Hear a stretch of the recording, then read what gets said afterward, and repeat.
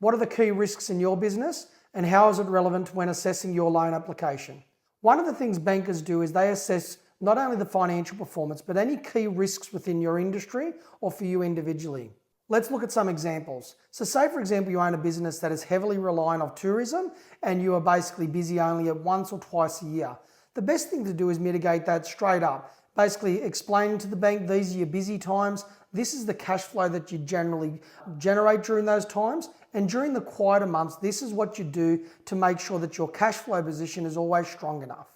One of the other key risks that bankers are looking for at the moment is environmental risks. So if you're operating heavy machinery or you have old buildings that have, say, old lights and things like that, it's good to come up with a plan just to say to the banker, this is what we're looking at doing to become a lot more environmentally friendly, and this is our plan of attack going forward. This is one of the big things right now within banks, environmental risk. Another key risk that the bank looks at is key person risk. Can your business run without you?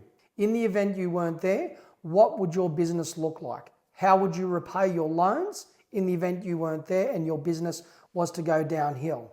Do you have managers in place? Do you have key person insurance? What does that look like if you weren't there? So that's just another thing to consider. Now I'll give you another one key risk that we see quite a bit is when customers are dealing with overseas clients. So basically what that means is that you've got a manufacturer or you've got a wholesaler that's actually selling overseas but getting paid in US dollars. One of the key risks with this is that if they're getting paid in US dollars, the US dollar could fluctuate, which means that the amount that you're receiving in your bank account could also fluctuate. So you need to ensure that you're running at a profit each time that you selling your product.